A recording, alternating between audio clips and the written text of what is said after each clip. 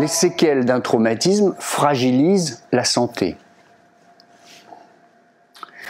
Le traumatisme va me maintenir dans une émotion qui est problématique et ces émotions vont produire dans mon corps des dysfonctionnements. À chaque instant de nos émotions dépendent tout ce qui se passe à l'intérieur de notre corps. Je dis bien à chaque instant. Des couples, 400 couples ont été sélectionnés. On savait que ces couples avaient un sujet de discorde assez musclé. Dans des conditions expérimentales, on a fait en sorte que ces personnes abordent ce sujet, finissent par se crêper le chignon. On leur a fait une petite lésion sur la peau et ensuite on a observé le temps de cicatrisation. Le temps de cicatrisation peut être supérieur de 40% sous l'effet de cette émotion, de cette anxiété suscitée par cette altercation. Qu'est-ce que ça veut dire? Ça veut dire que de mes émotions dépendent tout ce qui se passe dans mon corps à chaque instant jusqu'à un niveau génétique. Vous avez bien entendu. Non seulement bien sûr mon métabolisme, le taux de sucre, de fer, que sais-je, l'oxygène qui circule dans mon corps et la façon dont cet oxygène se répartit à l'intérieur de mon corps, mais jusqu'à un niveau génétique. Pourquoi on le sait? Parce que ce mécanisme de cicatrisation, justement, est un mécanisme génétique. Pour que ma peau cicatrise, il faut que des gènes précoces immédiats adressent une information à mes cellules souches pour qu'elles se transforment en cellules d'épiderme. Mais ce mécanisme de la cicatrisation a été perturbé par le stress généré par cette altercation. Vous voyez à quel point notre santé dans sa globalité dépend à chaque instant de nos émotions. On peut identifier le fait que leurs difficultés provenaient d'un traumatisme. Encore faut-il que le diagnostic soit bon. Mais vous avouerez que c'est un peu malheureux de voir quelqu'un qui va souffrir toute sa vie d'un problème qui aurait pu parfois être traité en quelques séances. Je vous donne un exemple d'un patient, alsacien d'ailleurs, qui, à l'âge de 18 ans, a vécu une tentative d'homicide. Concrètement, on a essayé de pousser sa voiture dans un canal, et vers l'âge de 45 ans, ce monsieur est encore sous l'emprise de ce qu'on appelle un syndrome de stress post-traumatique. On verra ça tout à l'heure, enfin, les séquelles d'un traumatisme en tous les cas. Séquelles d'un traumatisme qui évidemment ont affecté sa vie sentimentale, sa vie professionnelle, sa vie tout court pendant quelques décennies. Et après quelques séances, eh bien, ces manifestations, cette anxiété chronique et extrêmement intense s'est apaisée pour, au final, disparaître. Mais auparavant, il était allé pendant des années de spécialiste en spécialiste, cherchant à faire disparaître les symptômes, ici par un somnifère pour ce qui concerne les troubles du sommeil bien sûr, là par de la relaxation. On va voir que, hélas, bien souvent le diagnostic n'est pas posé et donc on s'épuise, le patient s'épuise à courir de spécialiste en spécialiste, s'épuise à essayer de lutter contre les symptômes parce que la source n'a pas été identifiée. Donc on peut résoudre un traumatisme, on va le voir, à la condition d'agir à la source. Mais trop souvent, on a une approche purement symptomatique. Donc j'ai des problèmes de sommeil, je prends des somnifères. Oui, mais mon insomnie a une origine, sans doute une anxiété, donc on ne viendra à bout du problème qu'à partir du moment où on aura réussi à identifier l'origine de cette anxiété et qu'on aura travaillé sur cette source. Par ailleurs, il y a un grand danger à se focaliser sur la disparition du symptôme. Imaginons je suis extrêmement fatigué. Oui, je suis fatigué parce que je travaille 12 heures par jour. Hein. Personne ne me le demande d'ailleurs, mais je me sens obligé de le faire. Je frise le burn-out, mais je trouve un bon somnifère qui me permet de récupérer la nuit, et puis un bon remontant pour me booster le jour. Est-ce une bonne chose ? Finalement, le fait que ces remèdes produisent leur effet, c'est la pire chose qui peut m'arriver. Parce que je vais différer le moment où je vais enfin m'attaquer au fond du problème. Pourquoi est-ce que j'ai besoin de travailler comme une bête ? Pourquoi est-ce que je méconnais les limites naturelles de mon corps et de mon énergie? Et pourquoi est-ce qu'un jour ou l'autre, je vais aller jusqu'au burn-out, mon corps n'en pouvant plus? Voyez-vous? Donc l'approche symptomatique, cette façon de faire de la thérapie qui consiste à vouloir tout de suite, à tout prix, éliminer le symptôme, c'est très dangereux parce que le symptôme est un message. Qu'est-ce que ça signifie ce symptôme? Il est là pourquoi? Très globalement, pour m'indiquer que quelque chose en moi cherche à changer. Quelque chose dans ma façon d'aborder la vie, dans ma façon de penser, dans ma façon d'agir, dans ma façon de ressentir, doit changer. Mais c'est encore peut-être inconscient aujourd'hui. Donc mon inconscient l'exprime de cette façon, va l'exprimer au travers d'un trouble, au travers d'une insomnie, au travers d'un trouble du comportement alimentaire, au travers d'un psoriasis, d'une fibromyalgie, d'une sclérose en plaques, ou que sais-je. Un traumatisme, déjà, c'est un apprentissage douloureux, une expérience douloureuse que j'ai vécue ou dont j'ai hérité, on en parlera aussi, puisqu'on verra, on parlera de la transmission transgénérationnelle des traumatismes, où il n'y a pas de solution. Je ne peux pas être dans la lutte, je ne peux pas être dans la fuite, je suis sans solution. Ça, déjà, c'est la base du traumatisme. Cette expérience va déclencher en moi un mécanisme de protection par lequel je me mets à distance de mon corps. Disons-le comme ça simplement, pour l'instant, on affinera tout ça tout à l'heure. En temps normal, il y a une synthèse en moi de mes émotions, de mes sensations, de mes pensées. Tout ça forme un tout cohérent. Mais là, sous l'effet de cette situation très difficile, eh bien, je vais me mettre à distance de mes sensations, à distance de mon corps, à distance de mes émotions, parce que tout ça a fait mal, ou parce que j'ai eu peur que ça fasse mal. Et enfin, troisième élément qui caractérise le traumatisme, eh bien, le souvenir est figé. Nos souvenirs sont des reconstructions, en reconstruction perpétuelle. Notre passé, ça n'a rien de quelque chose d'objectif. À chaque instant, au fil de mes expériences du présent, je transforme mes souvenirs. Mais le souvenir traumatique, lui, précisément, a cette caractéristique qu'il est figé. Ma mémoire ne s'actualise plus au fil de mes expériences et donc je continue à fonctionner comme si la situation traumatique, finalement, était présente. Le mécanisme physiologique, je vais faire sobre. Il y a une phase d'abord d'hyperactivation, on va voir ce que ça signifie, du système nerveux sympathique. Et puis si le trauma c'est l'événement. Trauma, événement et traumatisme, c'est l'éventuel résultat de cet événement. Donc si l'événement est insupportable, il peut y avoir dans ce cas hypoactivation. Le fusible a sauté, c'est tout à fait ça.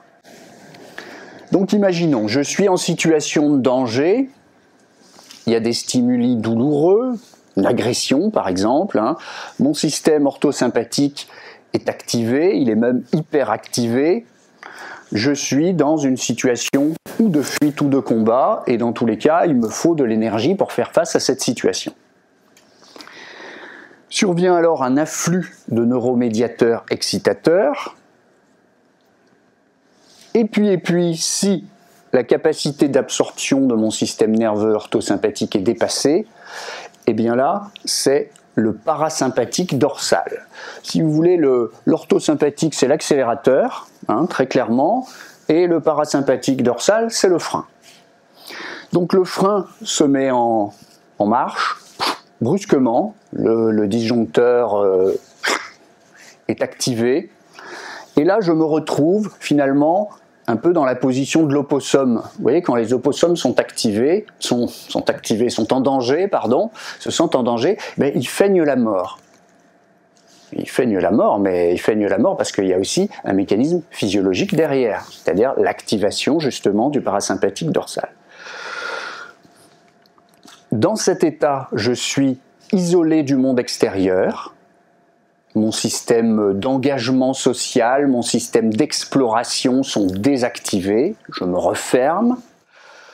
Je suis assez souvent dans un état de quasi-insensibilité à la douleur, eh bien oui, parce qu'il y a une libération d'opioïdes endogènes, donc je ressens peu la douleur, mon rythme cardiaque diminue, ma tension artérielle, mon activité métabolique, à tel point que je pourrais éventuellement en mourir si ça allait plus loin. Ça, c'est très intéressant. Cet état, il s'accompagne d'une rupture du liage, de la communication, si vous voulez, entre les aires cérébrales corticales et sous-corticales. Schématiquement, les aires cérébrales corticales, elles, sont en charge de la cognition, disons de la pensée, et les aires sous-corticales en charge de tout ce qui concerne les sensations et les émotions. Eh bien, le mécanisme de protection qui est déclenché là, face à cette menace considérée comme vitale, c'est celui-là. C'est que, finalement, au niveau de mon activité cérébrale, ça va se traduire par une espèce de dichotomie qui s'établit entre le cortical et le sous-cortical, entre la pensée d'un côté, la sensation et l'émotion de l'autre. Ça, c'est très éclairant, parce que ça va nous mettre assez clairement sur la piste des thérapies adaptées et de celles qui ne le sont pas. La mémoire d'un être humain comprend une mémoire explicite, consciente, et une mémoire implicite, essentiellement inconsciente. C'est un peu réducteur. Notre mémoire consciente, qu'est-ce que c'est ? C'est une mémoire qui est d'abord déclarative. Je me souviens de ma liste de courses. J'ai une mémoire consciente. Je me souviens aussi peut-être du jour de mon mariage ou du premier jour où je suis entré au collège. Mémoire qu'on qualifie d'épisodique, mais c'est pas très important. Et puis, il y a une autre mémoire. Une mémoire qui, elle, est inconsciente. Par exemple, une mémoire procédurale, corporelle. Je fais du vélo, puisque je peux monter sur un vélo sans me demander comment ça marche, ça veut bien dire que c'est en mémoire, en moi. Mais ce n'est pas une mémoire consciente, je n'ai pas besoin de penser à la façon dont je dois mobiliser ce vélo. Ça se fait tout seul, c'est inconscient. Je n'ai pas besoin de penser à la façon dont on marche pour marcher. Ça ne nécessite aucune réflexion. Donc c'est inconscient et c'est corporel. Je sais faire du vélo, par exemple. Autre aspect de cette mémoire inconsciente, elle est aussi émotionnelle. La Madeleine de Proust. Je suis dans une situation X ou Y qui me rappelle un moment du passé, par une sensation, une odeur par exemple, et hop, je suis dans la cuisine de ma grand-mère, par la pensée. Donc c'est une mémoire émotionnelle.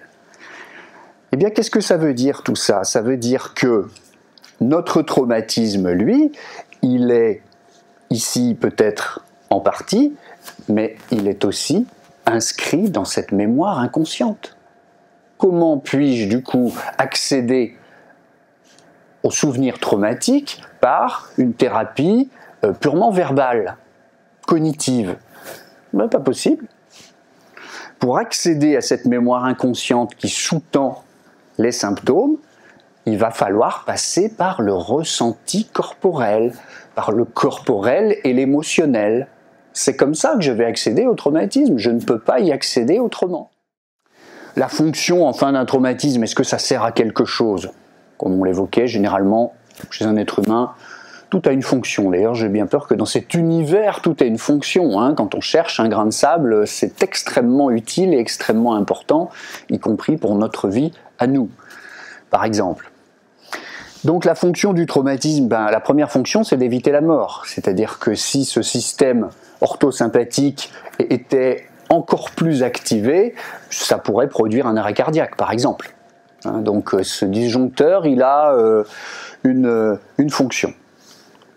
Et puis, peut-être plus intéressant, parce qu'on y pense moins, il sert aussi à transmettre une information très importante de génération en génération, le traumatisme. La Shoah, on verra tout à l'heure que l'horreur de la Shoah et les souvenirs qui y sont attachés se transmettent de génération en génération. On en a aujourd'hui des preuves de ça et de bien d'autres choses encore. Autre exemple, le tsunami en Thaïlande en 2004, juste après le tremblement de terre et avant l'arrivée du tsunami, les animaux sauvages se sont dirigés spontanément vers les hauteurs. Par quel miracle ils n'ont pas communiqué entre eux, sans doute. On peut très raisonnablement penser qu'ils avaient gardé en mémoire corporelle, émotionnelle, on peut le dire aussi, le traumatisme du précédent méga tsunami qui s'était déroulé 300 ans auparavant. Les différentes catégories de traumatisme maintenant. On va distinguer 4 grandes familles de traumatisme. Le premier, c'est ce que l'on met généralement sous le terme traumatisme, mais de façon un peu réductrice justement, c'est-à-dire les traumatismes que je qualifie d'événementiels, consécutifs à un événement douloureux. Les traumatismes relationnels et en particulier infantiles, complètement différents. Là, on a affaire à des carences, par exemple, de soins physiques, affectifs. Traumatismes périnataux, ça parle, tout ce qui est autour de la naissance, la vie fœtale, la naissance elle-même, les premiers jours de la vie. Et enfin, les traumatismes transgénérationnels, on dit aussi parfois transpersonnels, ce qui est au-delà, plus grand que le personnel. Donc tout ce qui est transmis par les ascendants, humains ou non humains. Donc, de grandes familles de traumatismes qui appellent des stratégies thérapeutiques, vous allez le voir, assez différentes. Voyons d'abord un peu les conséquences communes à la plupart des traumatismes. La dissociation, on l'a évoqué tout à l'heure, concrètement, on va observer quelque chose souvent qui ressemble à une espèce d'anesthésie émotionnelle et ou sensorielle. J'ai des patients qui me disent de temps en temps, je ne comprends pas, je sais que j'aime mes enfants et mon mari, mais en fait je ne ressens plus rien. Ce qui est assez anxiogène, vous l'imaginez. L'alexithymie, c'est l'incapacité à nommer, à communiquer nos émotions. Donc souvent, quelqu'un qui est dissocié sous l'effet d'un traumatisme, encore une fois, va lui demander « Qu'est-ce que vous ressentez là ?»« Oh, je pense que... » Et on lui parle de ses sensations dans le corps et la réponse c'est « je pense que ». Non, ça c'est du cognitif, c'est pas une sensation. Une sensation c'est je ressens du chaud, du froid, un tiraillement, une pointe, de la détente, des contractions, c'est autre chose. Donc on observe ça très souvent après des traumatismes. Des difficultés relationnelles qui vont notamment provenir, être la conséquence en quelque sorte de cette anesthésie sensorielle, émotionnelle, difficulté à communiquer mes émotions, ça pose des problèmes de communication tout court, dans mes relations aux personnes qui m'entourent. Moins de plaisir, frustration, je ne suis pas dans mon corps, je ne suis pas dans mes sensations et mes émotions, et quand je mange, j'ai pas de plaisir. Quand je fais l'amour, j'ai pas de plaisir. Quand je suis devant un beau paysage, j'ai pas de plaisir non plus. Pour avoir du plaisir, il faut être dans son corps. J'ai aussi une moins grande conscience de mes limites. Je suis capable de trop manger puisque je n'entends plus les signaux de la satiété. Je suis capable de travailler jusqu'au burn-out puisque je n'entends plus les signaux d'alerte que m'envoie mon corps. Les maux de crâne, les contractures musculaires, les difficultés à digérer peut-être. Hein.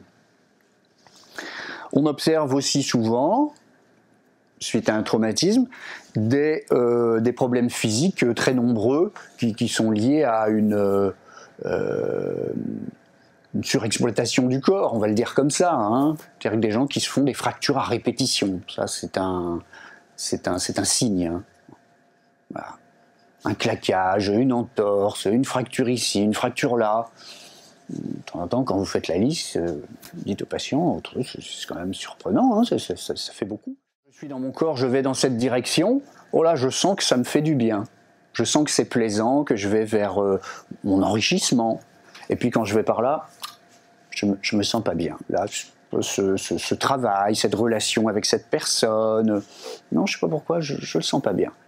Maintenant, qu'est-ce qui se passe si je ne sens rien du tout, pas grand-chose? Ben, je suis dans la confusion.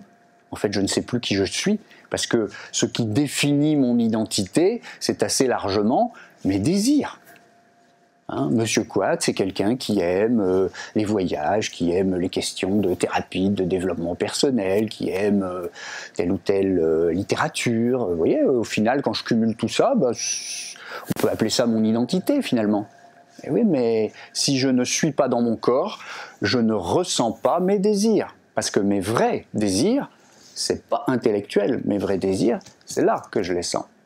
Le reste, c'est le résultat de mes conditionnements. Ce qu'en pense papa, maman, la société, mon environnement professionnel. Mais mes vrais désirs, c'est dans le corps que je les ressens. Donc si je ne suis plus dans mon corps, je ne sais plus très bien qui je suis, et je suis dans l'anxiété. Je ne sais pas s'il faut aller par là ou par là. Je suis perdu, je suis dans la confusion. Donc vous voyez que ça a énormément de conséquences, hein, cette dissociation. Et puis enfin, ma mémoire inconsciente étant figée, je vais continuer à penser et ressentir comme si la situation douloureuse était toujours présente. Donc évidemment, ça va générer de l'anxiété et puis des comportements, des stratégies qui vont être inadaptés parce que le problème n'est plus là, aujourd'hui. Je vais faire court, anxiété, somatisation. Problème alimentaire, problème de sommeil, problème d'humeur, comportement autodestructeur, très souvent. Hein. Notamment chez les... Ça ne concerne pas que les enfants ou les adolescents, mais les gens qui se mutilent, qui se font des scarifications, etc. Assez souvent, c'est le résultat de traumatismes quand on cherche les différentes catégories de traumatismes, et on attaque avec les traumatismes qu'on qualifie d'événementiels. Donc vous voyez ce que c'est, le sujet a éprouvé une peur extrêmement intense, un sentiment d'impuissance. Ça peut être un abus physique, une agression.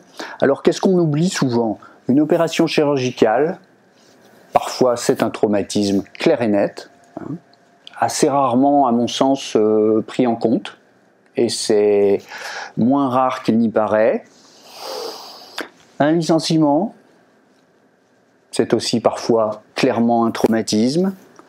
La faillite d'une entreprise, où on a mis toute son âme, tout son argent, tout son temps, toute son énergie. Parfois c'est extrêmement dur. Une séparation brutale, un suicide dans le foyer, mais ça c'est plus évident, ou la violence conjugale. Les conséquences sur la santé physique et psychologique. Alors, j'ai mis les conséquences fréquentes parce qu'évidemment il n'y a rien d'absolument systématique. Nous réagissons tous à un événement difficile en fonction de notre histoire personnelle. Hein, ça n'est pas l'horreur de l'événement qui fait le traumatisme.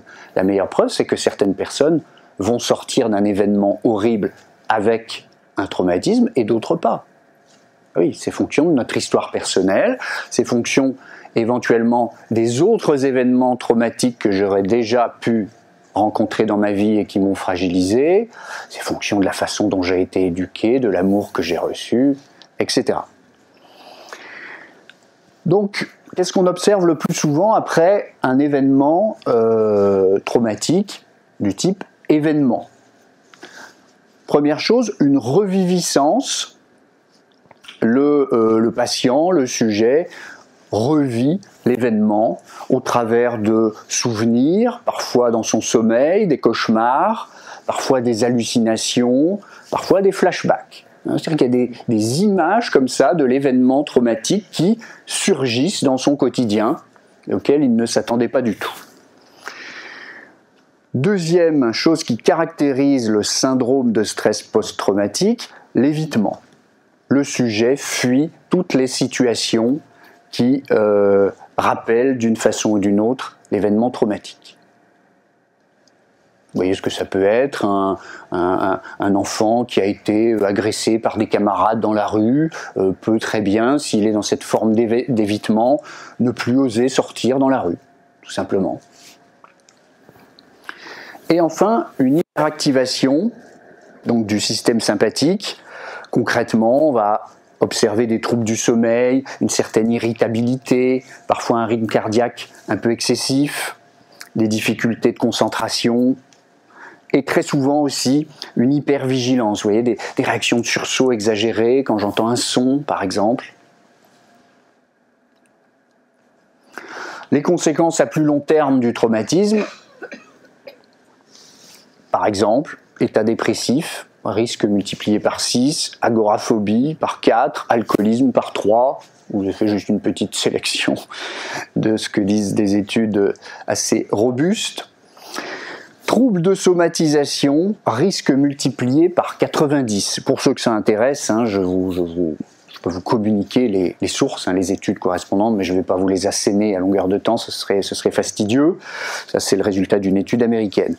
Donc, 90% de chances en plus, si j'ose dire, de développer un trouble de somatisation, une douleur physique, une maladie quelconque. Dans le cas de la sclérose en plaques, ça ne sont que des exemples. Une étude semble montrer que dans 70% des cas, dans les 7 à 12 mois qui a précédé l'apparition des premiers symptômes, il y a un traumatisme. Dans le cas de la fibromyalgie, très forte corrélation. Vous voyez, je ne parle pas de relation de cause à effet parce que je suis prudent, mais très forte corrélation en tous les cas entre cette fibromyalgie et des abus sexuels dans l'enfance. L'action thérapeutique maintenant. Qu'est-ce qu'on fait ? Première chose, ne pas oublier d'abord d'aérer la terre. Alors je fais souvent cette métaphore quand j'en parle à des patients, métaphore avec l'agriculture parce qu'elle est simple et en même temps elle est très pertinente. L'agriculteur il travaille avec la nature et un thérapeute il travaille aussi avec la nature. S'il l'oublie, ça ne va pas bien fonctionner. Donc avant de semer, il ne faut pas oublier d'aérer la terre. Ça veut dire quoi? Ça veut dire qu'avant d'agir sur le traumatisme proprement dit, sur l'événement traumatique, d'abord, il faut restaurer des ressources primaires. Je ne peux pas explorer, changer, évoluer alors que je suis dans la peur. D'abord, il faut apaiser l'anxiété. Et puis enfin, chez notre sujet traumatisé, puisqu'il se maintient à distance de son corps parfois lui fait peur. Ses sensations, ses émotions, il se maintient à distance et donc il va falloir faire en sorte qu'il se réapproprie, mais doucement, progressivement, ses sensations, ses émotions. On ne peut pas y aller de façon frontale. Parce que c'est seulement en allant au contact de ces sensations et de ces émotions qu'on va pouvoir progressivement résoudre le traumatisme. L'évitement, le fait que je maintienne tout ça à distance, ça maintient le traumatisme. Oui.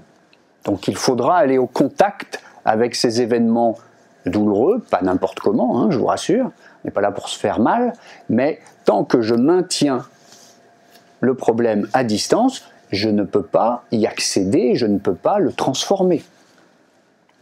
Donc concrètement, qu'est-ce qu'on va faire pour essayer d'abord de restaurer ces ressources primaires, d'aérer la terre, si vous voulez, avant d'enlever les gros cailloux, avant d'amender le sol, avant de semer, d'arroser la plante régulièrement. Qu'est-ce qu'on va faire? Une mobilisation corporelle quotidienne, issue de la psychologie énergétique, par exemple, ça ne sont que des exemples. On va stimuler des points d'acupressure, c'est-à-dire des points de terminaison de méridiens, pour apaiser l'anxiété par exemple, pour renforcer le système immunitaire. On va à l'intérieur de cette routine énergétique, de cette série d'exercices quotidiennes, introduire peut-être un exercice de cohérence cardiaque. Je ne rentre pas trop dans les détails, mais ça repose sur une respiration. 5 secondes d'inspiration, 5 secondes d'expiration.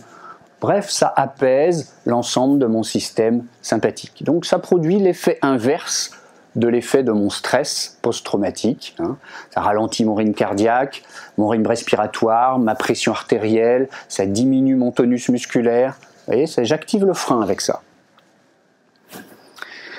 On va favoriser la circulation de l'énergie dans le corps et renforcer la conscience de mes sensations, mais en y allant tout doucement. Oui, tout simplement en faisant des petites lectures corporelles. J'imagine une lumière qui part depuis la pulpe de mes orteils et qui tout doucement remonte mon corps jusqu'au sommet du crâne. Très très lentement. Et je vais passer en revue chaque zone de mon corps. Et la gorge, et le menton, et la langue, et les lèvres. Et cette lumière se diffuse dans les pommettes, et dans le nez, et dans les paupières, les globes oculaires. Toc, toc, toc, toc. Vous voyez, par exemple. Et en faisant ça à répétition, je lutte en fait très efficacement contre la dissociation. Je fais exactement le contraire. J'invite mes structures corticales à s'intéresser à mon corps, à mes sensations, mes émotions. Je suis en train de réassocier comme ça cette personne en l'invitant à focaliser son attention, sa conscience sur son corps, ses sensations corporelles. Deuxième étape, on va chercher à défaire les automatismes neurobiologiques. Qu'est-ce que ça veut dire? Chaque fois que je me retrouve plongé dans une situation qui présente des similitudes avec l'événement traumatique, bien, il va y avoir des réactions automatiques incontrôlables. Ce monsieur qu'on avait essayé de pousser avec sa voiture dans un canal, chaque fois qu'il est suivi d'un peu trop près à son goût par un automobiliste, ça y est, le mécanisme se met en marche. Le rythme cardiaque accélère dangereusement. Il ne peut pas lutter contre ça par l'effet de la pensée en disant « Oh, tu n'as aucune raison d'être anxieux ». Oui, vous imaginez bien que ça ne fonctionne absolument pas. Donc qu'est-ce qu'on va faire? Ça n'est qu'un exemple, L'important c'est juste que vous puissiez cerner les mécanismes, mais après on peut faire ça de diverses façons. Mais d'une façon ou d'une autre, il faut défaire ces automatismes. Il faut faire quelque chose pour que placé dans cette situation, eh bien, les réactions progressivement changent.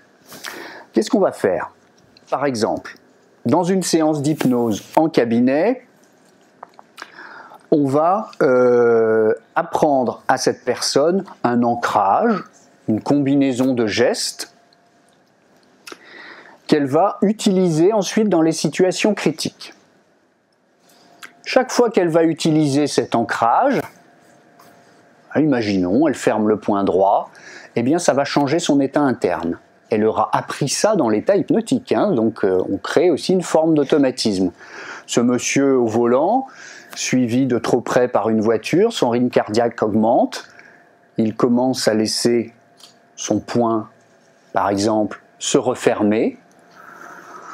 Dans l'état hypnotique, on a créé une association entre cette sensation, ce geste, et puis un état interne de calme, de détente, de sécurité. Quand il va l'activer à nouveau, et parce qu'il l'aura répété chez lui pendant 1 mois tous les jours, ça va défaire progressivement les réseaux neuronaux qui sous-tendent cet état d'hyperactivation quand il est au volant. 1 fois, 2 fois, 5 fois, 10 fois, et petit à petit, la réaction ne se produira plus. On n'a, à ce stade, pas tout à fait agi encore à la source. On a agi sur le comportement problématique, mais on défait tous les automatismes parce qu'avec le temps, ce monsieur s'est retrouvé 5000 fois dans son véhicule, et à chaque fois que cette réaction de peur est survenue, elle sait renforcer le réseau neuronal et les hormones et les neuromédiateurs qui sous-tendent cet état de peur, si vous voulez, se sont renforcés par la répétition. Donc on va les défaire. Et enfin, troisième grande étape, on va cette fois s'intéresser à l'événement traumatique. Là encore, je ne peux pas rentrer dans la technique, mais on va par exemple, dans un état hypnotique, activer le souvenir traumatique, et donc on replace la personne dans la situation traumatique, mais avec une prise de distance. Et puis, on va peut-être utiliser de l'EFT, Emotional Freedom Techniques, une technique de libération émotionnelle, alors que la personne est au cœur de ce souvenir pénible. Donc traumatisme qu'on qualifie parfois de relationnel. Là, le traumatisme est lié à une carence de soins physiques ou affectifs. Qu'est-ce que ça peut être? Pas d'expérience du contact de peau à peau. Certaines mères ne sont pas du tout tactiles, ont très peu de démonstrations d'affection qui passent par un contact corporel. Ça a un impact. Notre psychisme, il faut se souvenir qu'il est étayé sur des sensations. Le petit enfant, avant d'avoir un psychisme, il a quoi? Comment il appréhende le monde? Au travers de ses sensations. Donc s'il y a des sensations tactiles ou pas, ça change la donne. Pas de réconfort, par exemple, l'enfant pleure et on le laisse pleurer éternellement, oh oui, ça lui fera le caractère, d'accord. Personne avec qui jouer, manque d'attention, pas de soutien, pas d'encouragement, pas de sécurité, ça c'est très important. Et quand vous grandissez entre un père alcoolique et une mère dépressive, vous êtes en permanence dans l'anxiété. Et vous ne pouvez développer aucune stratégie qui soit vraiment efficace pour répondre à vos besoins affectifs fondamentaux. Parce que vous ne savez jamais comment ça va se passer avec cette même personne. C'est totalement imprévisible. Et ça, je pense qu'il n'y a rien qui soit beaucoup plus destructeur. Si votre père alcoolique vous met tout le temps des baffes chaque fois qu'il arrive à la maison, vous pouvez d'une certaine façon développer une stratégie. Vous pouvez être dans la passivité, la soumission, parce que vous remarquez qu'il se calme un peu. Vous pouvez au contraire le menacer. Vous pouvez fuir, fuguer. Mais si un jour il est violent et que, plus exactement, à 8h il est violent et à 20h30 c'est le grand câlin, c'est très difficile à vivre, évidemment. Quelle stratégie je peux développer? Comment je peux apprendre de cette situation pénible? Pas grand-chose, hélas. Pas de stabilité, des changements de figure d'attachement. D'abord c'était grand-mère, d'abord c'était maman, et puis au bout de 2 mois, maman m'a confié à grand-mère, et puis grand-mère après, elle en a eu assez, on m'a confié à une nounou, et puis au bout d'1 an, je m'étais beaucoup attaché à la nounou, qui était devenue ma mère, mais elle est partie. Donc pour moi, c'est comme si c'était ma mère qui était partie, j'ai été abandonné, ni plus ni moins. Vous voyez, par exemple. Pas de stabilité ou pas d'exemple édifiant, voilà, des parents qui sont incapables de gérer leurs émotions, c'est ce que j'évoquais tout à l'heure, qui sont par exemple tour à tour réconfortants ou menaçants, c'est évidemment extrêmement difficile. Donc les conséquences. La première conséquence, c'est l'installation de ce qu'on appelle un schéma précoce. Un schéma précoce, c'est un réseau neuronal, finalement, qui associe un souvenir. J'ai été abandonné quand j'avais 2 mois, maman est partie. Voilà. Donc il y a un réseau neuronal qui se crée et qui associe ce souvenir avec, il y a sans doute une émotion, des sensations dans le corps, des pensées, ça dépend de mon âge bien sûr, un comportement éventuellement. Et ensuite, je vais chercher à m'adapter à la situation problématique pour essayer de répondre à mes besoins affectifs fondamentaux. Hein. Je mets en place une stratégie. Mais cette stratégie, elle risque fort d'être dysfonctionnelle parce que 20 ans après, sous l'effet de ce schéma précoce, ma stratégie risque encore d'être la même. On va voir un exemple concret tout à l'heure. Le voici. Imaginons, Marie est une enfant, sa mère est dépressive, malade, elle est toujours en demande de soins, constamment. Vers l'âge de 8 ans, Marie doit s'occuper de la plupart des tâches ménagères, hein. On lui fait comprendre que c'est comme ça, hein. Il faut que tu soulages ta mère, dit le père par exemple. Et puis surtout, dès que j'élève le ton parce que je suis joyeux, on réprime immédiatement cette manifestation de joie.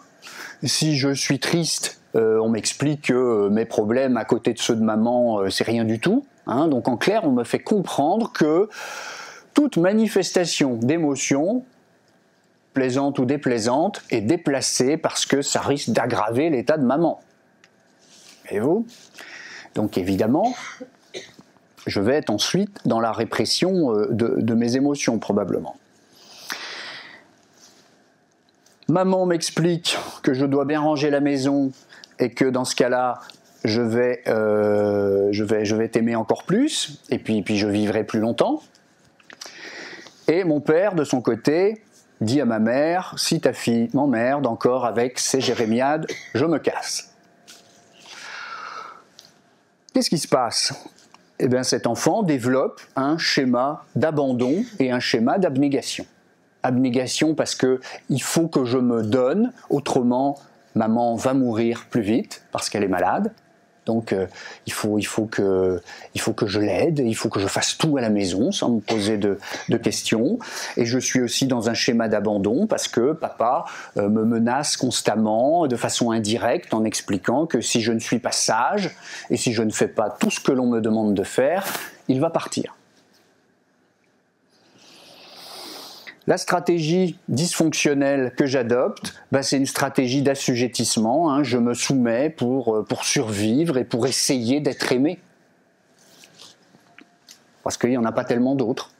Hein. Je suis un petit enfant, hein. Je n'ai pas les ressources d'un adulte. Marie a 35 ans avec ce schéma d'abnégation et d'abandon. Elle a connu à répétition des relations avec des hommes qui l'ont traitée avec violence, mais elle n'arrivait pas à se défaire de ces relations, qu'elle savait pourtant, hein, consciemment, toxiques. Même lorsque le comportement de ces hommes est inacceptable, eh bien, elle se rebelle rarement. Hein, elle n'est pas tellement dans la colère, elle est au contraire dans la culpabilité.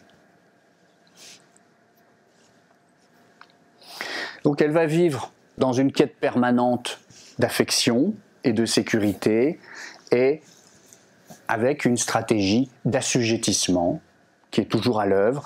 Il faut accepter de souffrir et de servir pour être aimé et en sécurité. Vous voyez d'où on vient et où on arrive. Finalement, quand on regarde le passé, on se dit, oui, c'est assez logique quelque part. Il y a bien sûr plusieurs stratégies possibles dans une même situation comme celle-là, mais en fait pas 15 000.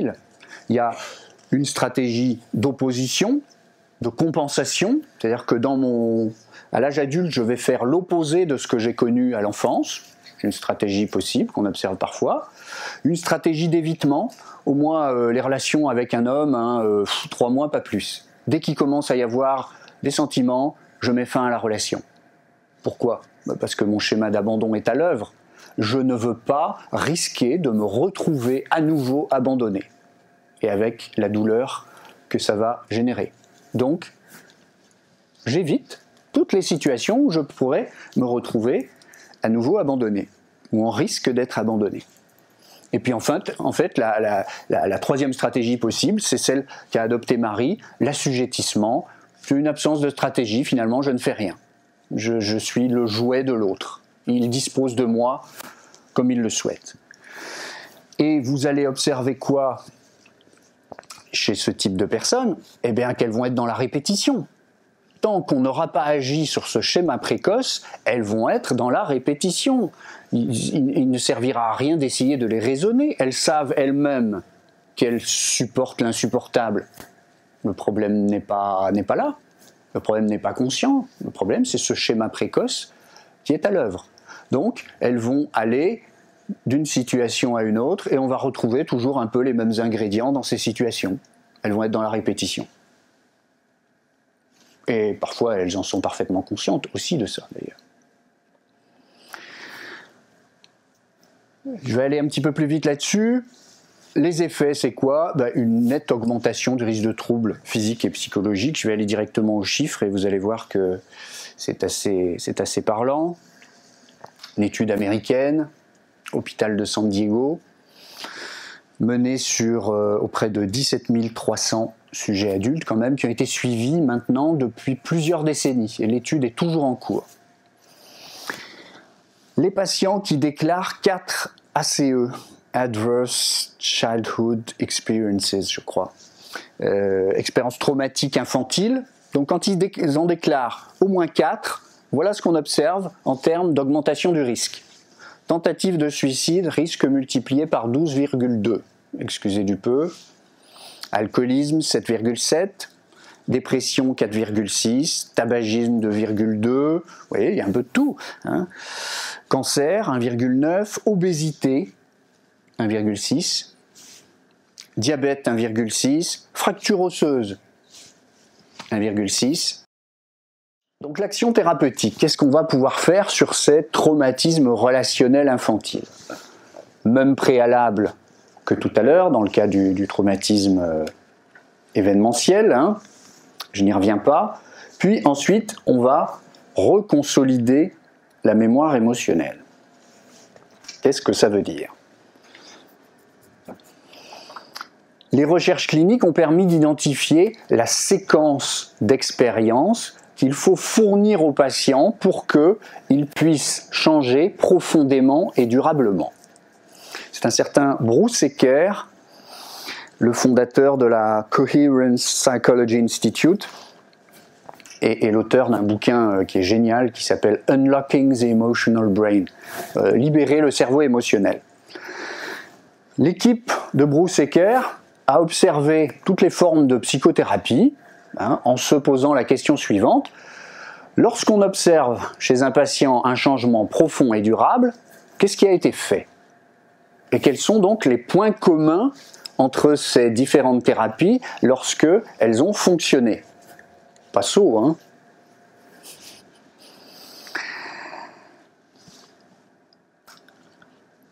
Donc qu'est-ce qu'on va faire sur ces traumatismes relationnels infantiles? On va d'abord réactiver l'apprentissage émotionnel qui sous-tend le symptôme.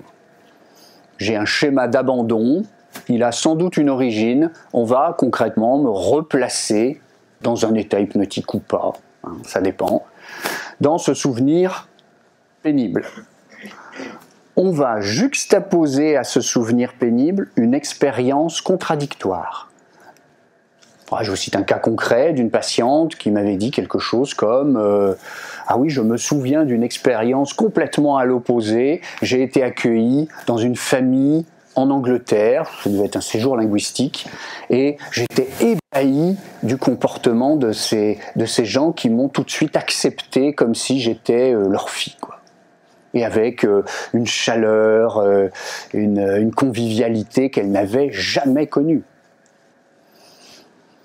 Donc par exemple, on pourrait utiliser cette expérience-là, qui est très, très claire, très nette, très clairement contradictoire, surtout de la première, pour susciter cette juxtaposition d'expériences contradictoires. Et puis enfin, on va répéter cette juxtaposition. C'est-à-dire que le patient va être placé schématiquement, simultanément, dans la situation traumatique et dans l'expérience contradictoire. Je ne vous explique pas comment, hein, enfin, voilà le principe. Et c'est ça qui reconsolide la mémoire émotionnelle, c'est ça qui produit un changement neurochimique au niveau des synapses, hein, et qui va modifier l'engramme. On parle de reconsolidation parce qu'il y a d'abord en fait déconsolidation, reconsolidation, peu importe. ça va modifier le souvenir traumatique. Donc là, on voit bien qu'on n'est pas du tout dans une stratégie d'opposition où on cherche à produire du calme parce que la personne est anxieuse. Non, pas du tout. On cherche à transformer la mémoire traumatique. C'est comme ça et seulement comme ça qu'on peut résoudre le traumatisme. Donc il ne s'agit pas d'apporter simplement une expérience correctrice, il faut vraiment une expérience contradictoire et simultanée. Et ça, quelle que soit finalement la technique utilisée, parce qu'il y a plusieurs façons de le faire. J'évoquais tout à l'heure, en état hypnotique ou pas, moi je suis hypnothérapeute, je le fais assez souvent plutôt dans un état hypnotique, Bruce-Séquard non, donc il y a différentes façons de faire. Mais de près ou de loin, pour que ça fonctionne, il faut réunir ces conditions-là, fournir ce type d'expérience aux patients. Les traumatismes périnataux. Vous vous doutez bien que notre personnalité d'aujourd'hui s'est construite essentiellement à partir des expériences infantiles, expériences premières. Notre conception et l'intention qui animait nos parents au moment de notre conception, la vie fœtale, bien sûr, notre naissance, avec ou sans accident, l'accueil qu'on a vécu à la naissance, les soins physiques, affectifs, juste après la naissance, tout ça va jouer un grand rôle. Et donc pour produire une transformation profonde, eh bien, il va falloir retrouver cet archaïque, comme dirait le psychanalyste. Concernant la période intra-utérine, il faut bien avoir conscience que le fœtus, c'est pas rien. Le fœtus, il ressent. Un fœtus apprend déjà à partir du 3e mois. Vous faites écouter, je ne sais pas moi, de la techno peut-être au fœtus à 3 mois, de façon répétée. À 6 mois, vous lui mettez un assortiment de musique. Et vous mettez de la techno, réaction. C'est-à-dire que par des paramètres physiologiques, rythme cardiaque, mouvement ou pas, distribution du flux sanguin, etc., température corporelle, donc par des paramètres, des indicateurs physiologiques, vous allez observer une réaction du fœtus lorsqu'il va, au 6e mois, écouter de la techno. Donc il a mémorisé à 3 mois. Exemple de conséquence d'un traumatisme vécu dans la période intra-utérine, imaginons tout simplement une mère qui a déjà vécu une fausse couche et qui du coup, maintenant qu'elle est enceinte, est un peu dans l'anxiété de vivre à nouveau une fausse couche. C'est banal. Elle va libérer trop de cortisol sous l'effet de ce stress, notamment. Mais le système de stress du fœtus, il est en cours de construction. Et il est déjà imbibé, si j'ose dire, de cortisol. Qu'est-ce qui va se passer? L'enfant va naître anxieux. Tout le métabolisme de l'enfant est affecté à chaque seconde par le métabolisme de la maman et donc par ses émotions. Et ça va avoir un impact sur son développement cérébral notamment. Période de l'accouchement, qu'est-ce qui peut conduire à un traumatisme dans la période de l'accouchement? Cordon autour du cou, c'est l'exemple qu'on prend le plus souvent. Plus banalement, peut-être une naissance prématurée, qui se déroule plus ou moins bien, mais enfin, vous imaginez ce que c'est qu'une naissance prématurée. On peut m'enlever à la bienveillance et au contact de ma mère pour me mettre dans une couveuse, etc. Il y a des manipulations, c'est pas rien. Tête bloquée dans le col de l'utérus, par exemple. Césarienne, qui se passe aussi plus ou moins bien. Aspiration, seringue, cathéter, tous ces outils. J'ai un petit enfant de 7 ans, là, il y a quelques jours, qui m'a dans un léger état hypnotique, racontait cette main gigantesque qui venait vers lui, et puis ensuite il y avait un monsieur très vilain avec un masque sur le crâne qui approchait de lui un pistolet géant, etc. C'était assez édifiant. Donc il se souvenait, on se sentait bien, hein, c'était pas une construction pure et dure. On sentait bien que ça relevait vraiment de ce moment de l'accouchement, hein. Donc les conséquences, ça peut être quoi? Un problème d'attachement, souvent, hein, alors, le manque d'attachement, ça c'est très important, est souvent attribué au manque de présence de la mère, hein. Elle n'est pas suffisamment disponible, elle est trop distante. Oui, bien sûr. Donc ça peut produire des troubles de l'attachement, comme on dit. Mais parfois, c'est aussi le traumatisme à la naissance qui a finalement créé une distance entre la mère et l'enfant. Ils n'ont pas pu partager ces moments d'intimité comme c'est d'habitude le cas. Donc on peut avoir des troubles de l'attachement qui sont directement consécutifs à un accouchement difficile. Période préverbale, c'est-à-dire entre le moment de la naissance et puis grosso modo les 2 ans de l'enfant, hein. Des exemples d'événements qui peuvent conduire à un traumatisme, une absence subite de la mère, par exemple, parce qu'elle continue à travailler, donc elle était là 1 jour, 2 jours, et puis hop, elle a disparu, et on m'a confié à la grand-mère. À une époque, hein, ça se faisait, on va dire, assez fréquemment, et généralement on voit que ça laisse quelques petites traces, hein. Mais ça peut être aussi tout simplement une hospitalisation de la mère, plus banalement. Le nourrisson, lui, il vit ça comme un abandon, hein, et il ne peut pas prendre du recul par rapport à ça, il ne peut pas comprendre cette situation. Arrêt soudain de l'allaitement au sein. Voilà. Maman allaite un enfant, et pendant qu'elle allaite un enfant plus âgé décède. Traumatisme chez la maman, dépression, elle n'est plus présente sur un plan affectif pour ce petit nourrisson, elle est affectée par la mort de l'autre enfant. Ça, souvent, ça va faire des dégâts. Peut-être même ne peut-elle plus donner le sein à son enfant parce qu'elle n'a plus de lait du jour au lendemain. Et elle n'est plus là. Je vais juste vous donner un autre exemple. En temps normal, quand le petit nourrisson cherche le regard de sa maman, il le trouve, hein, puis il y a peut-être un petit échange de sourires, ça dépend de l'âge, mais enfin, voilà, en tous les cas, de mimique, hein, et la maman sourit, et son visage change. Qu'est-ce qui se produit? On appelle ça l'accordage émotionnel, une forme de synchronisation, sans doute, hein, comme on en parle en hypnose.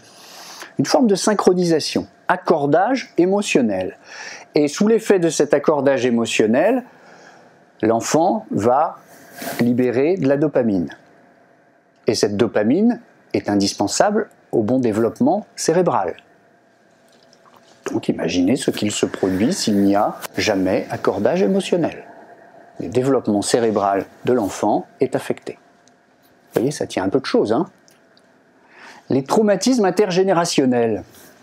Par exemple, je reprends cet exemple de l'Holocauste parce qu'il a été bien étudié assez récemment et on en a beaucoup parlé.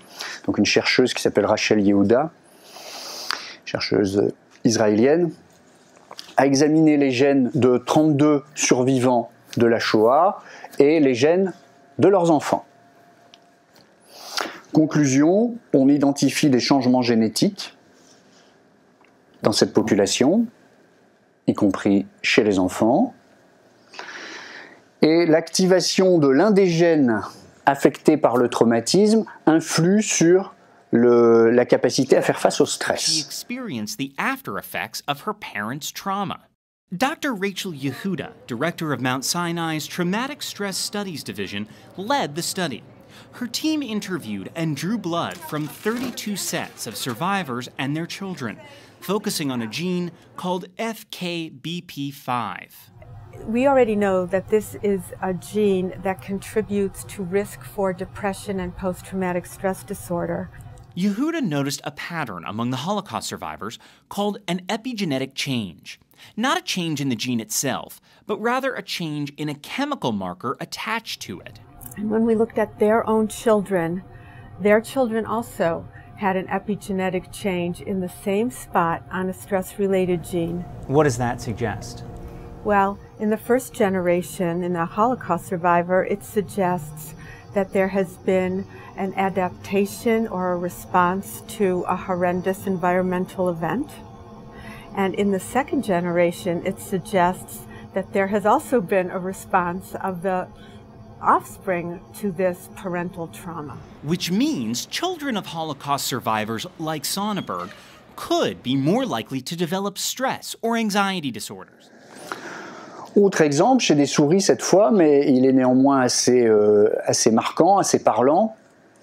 On a conditionné des souris, à l'université d'Emory, Atlanta, on a conditionné des souris, un conditionnement pavlovien classique, hein, on les conditionne à avoir peur d'une odeur de fleurs de cerisier en l'occurrence.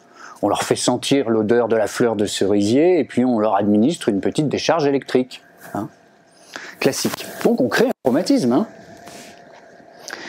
Qu'est-ce qu'on observe? Eh bien que ce traumatisme s'est transmis sur 4 générations. Donc les souris de la 4e génération, vous vous contentez de leur faire respirer l'odeur de la fleur de cerisier et vous observez dans leur corps les réactions physiologiques de la 1re génération, c'est-à-dire un stress intense de la période périnatale, donc de choses qui ont pu se produire juste après la naissance, pendant la naissance, mais aussi dans la vie fœtale. Et là, on a parlé de traumatismes qui m'ont été transmis par des ascendants. Peut-être de très loin ascendants d'ailleurs, parce que je porte en moi le patrimoine de l'ensemble des êtres vivants qui m'ont précédé, humains et non humains. Il y avait quelque chose avant les humains, hein. Nous ne sommes pas nés par génération spontanée. Les états modifiés de conscience permettent d'accéder justement à un matériel psychique archaïque. Qu'est-ce que c'est qu'un état modifié de conscience? L'état hypnotique par exemple. Hein. C'est un état de conscience spécifique, avec une activité aussi cérébrale particulière. On peut l'obtenir de différentes façons. Hein. Moi, hypnothérapeute, je vais généralement le produire par l'état hypnotique, par d'autres techniques qu'on va évoquer là. Les derviches tourneurs, ils l'obtiennent en tournant sur place longuement. On peut l'obtenir en répétant des mantras, Om Mani Padme Hum, Om Mani Padme Hum, Om Mani Padme Hum, comme on le fait dans beaucoup de grandes traditions spirituelles. Hein. On peut l'obtenir en ingurgitant des champignons hallucinogènes, en frappant sur un tambour longuement, ou en pratiquant une forme d'hyperventilation. L'hyperventilation, c'est le fait de respirer à un rythme rapide, hein, et en même temps en prenant des inspirations et des expirations très amples. Hein, faire... Vous voyez, comme ça par exemple. Hein, comme le petit chien, on pratique ça en sophrologie de temps en temps aussi. Hein, on met la tête en arrière, on fait... Donc on peut induire un état modifié de conscience très profond par cette forme d'hyperventilation. Très profond, il faudra quand même le maintenir pendant 1 heure, 1 heure et demie, hein, le plus souvent. Le corps, l'organisme a une tendance naturelle au retour à l'équilibre, ce qu'on appelle en médecine l'homéostasie. Et finalement, la vie dans son ensemble a une tendance naturelle au retour à l'équilibre. Regardez à la surface de la planète, vous avez des dépressions, c'est-à-dire des basses pressions, et puis des anticyclones, des hautes pressions. Tout ça produit un mouvement permanent, mais en même temps un équilibre dans le mouvement permanent. Vous allez retrouver ça partout. À l'échelle de l'univers, vous avez une force d'expansion, qui d'ailleurs accélère l'expansion de l'univers, et puis une force gravitationnelle exercée par la masse de l'univers lui-même et des corps célestes. On retrouve ça absolument partout. Donc, dans certaines formes de thérapie, et notamment dans une thérapie qu'on appelle psychothérapie transpersonnelle, on considère que le corps a lui aussi, bien sûr, cette capacité au retour à l'équilibre, à l'auto-guérison, pour peu qu'on l'aide un peu. Donc, qu'est-ce qu'on va faire concrètement? Un type de respiration d'hyperventilation, qu'on appelle la respiration holotropique, en tous les cas c'est celle que je pratique. En séminaire, on va respirer environ 1h30, donc pratiquer cette hyperventilation, accompagnée de musique, puis 1h30 d'intégration. On va simplement continuer à écouter une musique et rester dans un état modifié de conscience. Et puis parfois, on va favoriser l'expression de cette expérience, du ressenti qui est le mien au sortir de cette phase d'hyperventilation par des dessins par exemple. Le thérapeute est très peu actif, en tous les cas, il induit très peu de choses. Il n'oriente pas le patient vers la résolution de tel ou tel traumatisme. Non, il va simplement accompagner tout ce qui se présente et en cherchant même à amplifier ce qui se présente. Le patient se met à crier, il va éventuellement l'inciter, en criant lui aussi, à poursuivre ses cris, à les amplifier. Sous l'effet de cette hyperventilation, on voit des réactions très différentes parce que ça n'a rien de strictement physiologique. Mes réactions, elles sont nécessairement psychosomatiques. Tout est psychosomatique. En réalité, les troubles purement organiques, ça n'existe pas. Tout est psychosomatique.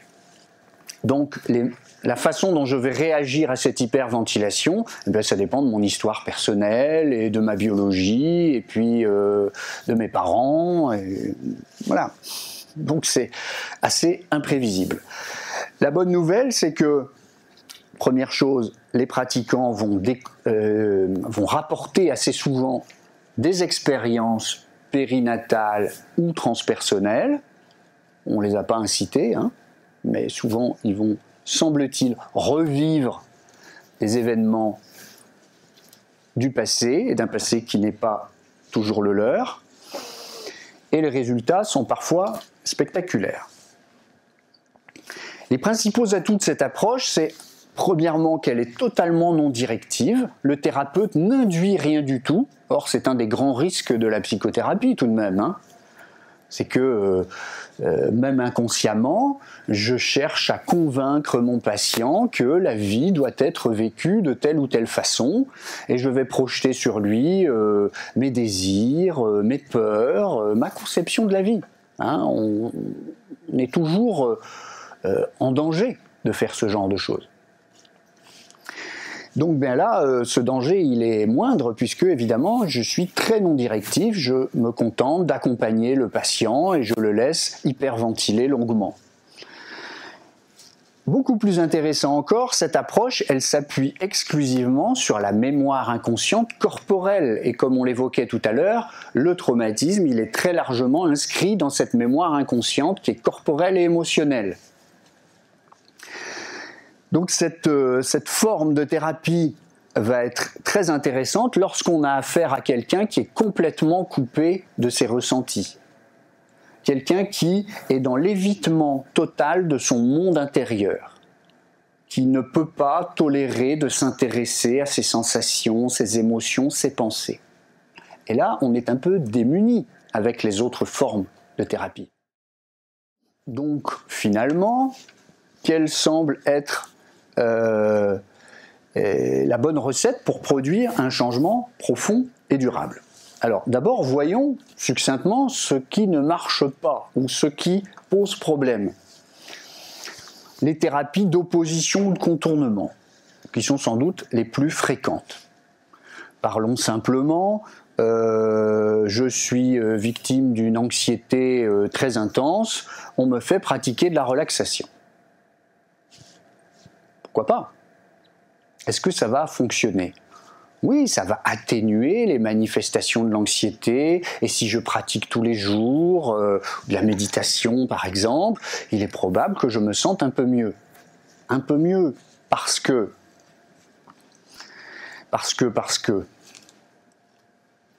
la source du symptôme reste active. Hein. Donc j'ai en moi un apprentissage émotionnel dans ma mémoire qui est problématique, celui du traumatisme. Et à côté de cet apprentissage émotionnel, on en met donc un second.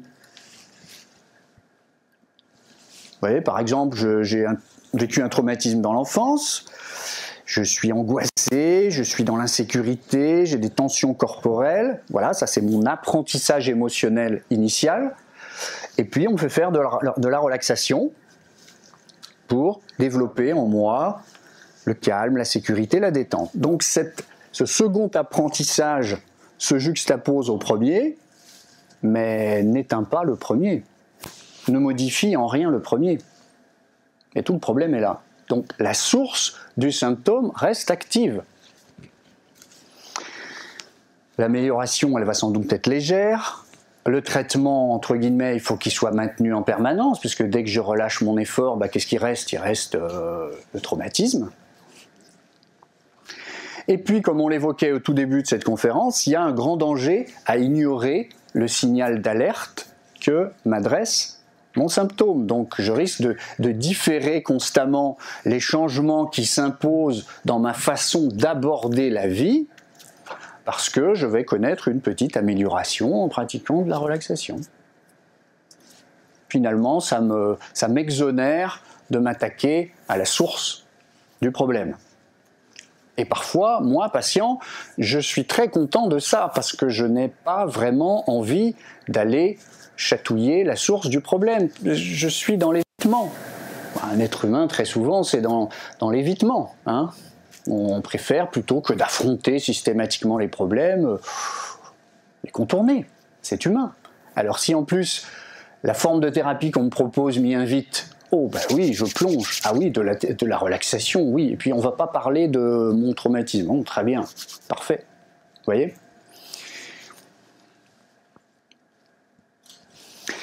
Et puis enfin, selon certains, il y a aussi dans ce cas-là risque de division du moi, fractionnement si vous voulez, ou fragmentation de ma personnalité, parce qu'en moi, il y a deux apprentissages contradictoires. Celui qui est en lien avec le traumatisme, et puis celui qui est apporté, par exemple, par la relaxation que je pratique régulièrement. Les thérapies purement verbales, je fais très court, on a évoqué le fait que le traumatisme est inscrit dans une mémoire inconsciente, corporelle, émotionnelle. En abordant ce problème par une thérapie purement verbale, je n'ai aucune chance de transformer cette mémoire émotionnelle, de reconsolider la mémoire émotionnelle. Ça peut être efficace sur d'autres types de problèmes, entendons-nous. Je ne rejette pas ça en bloc, évidemment. Autre forme de thérapie qui a été beaucoup utilisée, qui est encore utilisée, ce qu'on appelle les thérapies d'exposition prolongée. On invite les patients à revivre à répétition leurs expériences traumatiques, en racontant, en relatant leur histoire. Qu'est-ce que ça donne ? Eh bien, un résultat contrasté, c'est-à-dire que parfois ça fonctionne bien, et quand ça ne fonctionne pas, ça retraumatise le patient. C'est en tous les cas l'opinion notamment de Bruce Ecker et de Peter Levine, qui sont un peu deux des ténors de ces questions de la mémoire et du traumatisme, les deux ayant créé des instituts spécialisés dans le traitement du traumatisme qui existent maintenant depuis plusieurs décennies. Donc ils savent un peu de quoi ils parlent. Il y a notamment, je crois que ça date de 2015, le cas très notoire d'un ancien combattant qui avait relaté dans les colonnes du New York Times le fait qu'il avait été retraumatisé après une thérapie d'exposition prolongée. C'est un vétéran, et je fais court, l'article était intitulé « Après un syndrome de stress post-traumatique, encore plus de traumatisme ». Et donc je crois que c'est assez parlant. Donc parfois ça fonctionne, et parfois c'est pire qu'avant. Quels sont les facteurs clés isolés par la recherche clinique qui permettent de produire un changement profond et durable. Il y a différentes façons d'obtenir ce résultat, de faire en sorte que mon patient fasse ses expériences, mais pour que ça marche, eh bien, semble-t-il, il faut que cette séquence soit présente.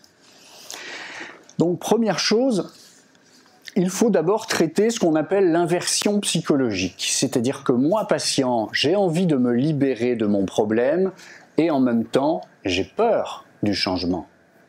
C'est très fréquent. J'ai peur de quoi? J'anticipe une douleur, une perte de quelque chose, un coût qui résulterait de la disparition du problème. Imaginons, j'ai une hyperinflammation du nerf sciatique. Quel peut bien être le bénéfice du symptôme que j'ai peur de perdre? Je souffre. Oui, je souffre. Mais cette hyperinflammation de mon nerf sciatique me maintient opportunément à distance de mon travail.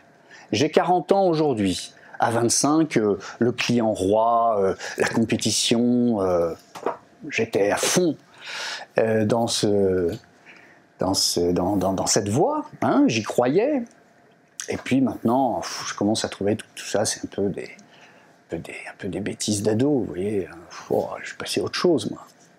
Oui, mais je gagne bien ma vie, je suis respecté. Donc ma situation professionnelle satisfait mon portefeuille et mon ego. Difficile de renoncer à ça, bien que je sache au fond de moi, et peut-être encore très inconsciemment, que ces valeurs de la compétition et du client roi, c'est plus du tout pour moi. Donc le système de valeurs de mon milieu professionnel est aujourd'hui en complet décalage avec les valeurs qui sont les miennes aujourd'hui. Oui, mais je ne me le suis peut-être pas encore totalement avoué. Donc qu'est-ce qui se passe? Mon inconscient parle. Hein, l'inconscient, lui, s'exprime au travers de mes rêves et au travers de mon corps, schématiquement. C'est son langage à lui. Donc mon inconscient, lui, il veut me maintenir à distance de ce travail. Donc, si j'arrive en thérapie avec cette peur de perdre le bénéfice que m'apporte mon symptôme, eh bien, si je tombe sur un thérapeute qui veut à tout prix, qui focalise son attention sur le symptôme, 6 mois après, on y est encore. Hein. Rien ne va bouger. Je ne peux pas aujourd'hui perdre mon symptôme. Il faut d'abord que je prenne conscience du fait que la clé du problème, c'est un changement d'activité professionnelle. Et après, le symptôme finira par céder. Donc, il faut d'abord traiter ça. Ça, c'est un verrou à de très nombreuses thérapies. Ensuite, apporter les ressources primaires, on l'a évoqué. Le patient, tant qu'il est hyperactivé, comme on dit dans notre jargon, en clair, tant qu'il est sous l'effet d'une anxiété intense, hein, disons-le comme ça, eh bien, il n'est pas prêt pour un travail psychothérapeutique. Donc, il faut d'abord restaurer ces ressources primaires nécessaires au changement. Calme, détente, sécurité, estime de soi aussi parfois. Troisième étape, on va commencer à s'intéresser au corps. Des énergies sont bloquées dans mon corps. Hein. Il y a comme des nœuds dans mes méridiens, ces circuits dans lesquels circule l'énergie dans mon corps. Il y a des zones de mon corps qui sont sous-oxygénées, par exemple. Donc il faut d'abord, par des pratiques essentiellement corporelles, faire à nouveau circuler l'énergie dans mon corps. Il y a fort à parier que je vais commencer à penser différemment. D'ailleurs, quand cette énergie va mieux circuler dans mon corps, je vais commencer à ressentir différemment et à penser différemment. Et puis aussi, on va commencer, au travers de ces pratiques corporelles, à rechercher une harmonie entre moi-même et mon corps. Restaurer l'harmonie avec mes sensations, mes émotions. En y allant doucement. Je cherche à apprivoiser mon monde intérieur. Et si on m'y emmène trop vite, hein, je risque d'avoir une réaction de rejet, de résistance. Enfin, on va produire cette reconsolidation, c'est-à-dire qu'on va chercher à produire cette séquence qui produit une reconsolidation de la mémoire émotionnelle.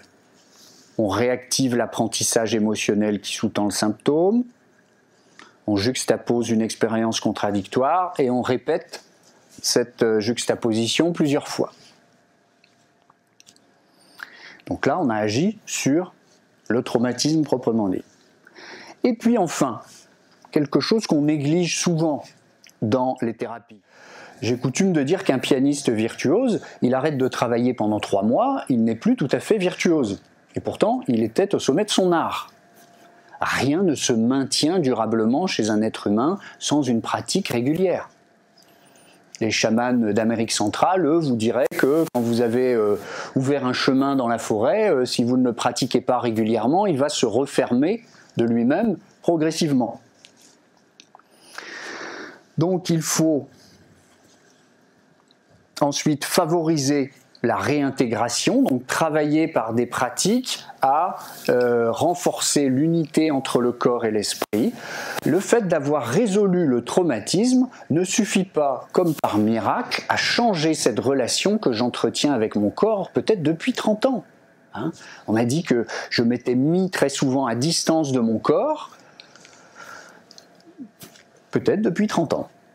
Donc on a travaillé sur le traumatisme, on a transformé la mémoire de cet événement traumatique, oui, mais maintenant il faut s'occuper de la relation que j'entretiens avec mon corps pour la normaliser et faire en sorte que corps et esprit retrouvent une communication plus fluide. Alors comment on va faire ça? Par exemple par de la sophrologie. Pour moi, la sophrologie, c'est la discipline reine pour renforcer l'unité entre le corps et l'esprit. Effacer la mémoire traumatique, est-ce possible? Est-ce souhaitable? Oui, c'est possible. On a fait des choses comme ça chez des souris, par exemple. C'est les souris qu'on évoquait tout à l'heure, qu'on avait conditionnées à avoir une réaction d'effroi lorsqu'elles respirent une certaine odeur. Eh bien, on peut effacer ça. Après avoir créé ce traumatisme, artificiellement, on va, par inhibition chimique de la synthèse protéinique dans le cerveau, effacer le traumatisme en question. Donc il est probable que ça puisse aussi fonctionner chez un être humain. En tous les cas, on sait que les groupes pharmaceutiques s'agitent autour de cette question. Il y a probablement derrière ça un marché aussi gigantesque que celui du Viagra ou du Cialis. Donc il y a peu de chances, compte tenu des enjeux financiers, qu'un jour ou l'autre, ce type de produit ne soit pas commercialisé. Je vous invite à voir un film de Michel Gondry qui s'appelle Eternal Sunshine of the Spotless Mind avec Jim Carrey et Kate Winslet, qui est pas mal, c'est pas un chef-d'œuvre, mais c'est assez sympathique. Et c'est une préfiguration de ça. Ces gens-là ont des problèmes de couple et décident d'aller voir quelqu'un qui va effacer leur mémoire. Et du coup, ils peuvent d'ailleurs reprendre éventuellement une relation, mais sur d'autres bases. Non, c'est pas sûr que ce soit sur d'autres bases, justement. Tel est le problème. L'effacement de la mémoire peut produire une forme de déshumanisation. C'est-à-dire qu'au lieu d'apprendre des événements difficiles, éventuellement douloureux, je vais constamment être dans la reproduction de mes erreurs. Il n'y a plus d'apprentissage. À Eric Kandel, prix Nobel de médecine en l'an 2000 pour ses travaux précisément sur la mémoire. C'est quelqu'un qui a énormément souffert pendant la Shoah, et on lui a posé la question suivante dans une interview: souhaiteriez-vous qu'un quelconque de vos souvenirs soit effacé? En guise de conclusion, je vous propose sa réponse. Aller dans votre mémoire et ôter le souvenir d'une histoire d'amour malheureuse, c'est une mauvaise idée. Vous savez, finalement, nous sommes qui nous sommes, nous appartenons à ce que nous avons vécu. Si j'aurais voulu que ce que j'ai enduré à Vienne me soit ôté, non, et pourtant, c'était horrible, mais cela vous façonne. Merci de votre attention. Bonne soirée à tous. you.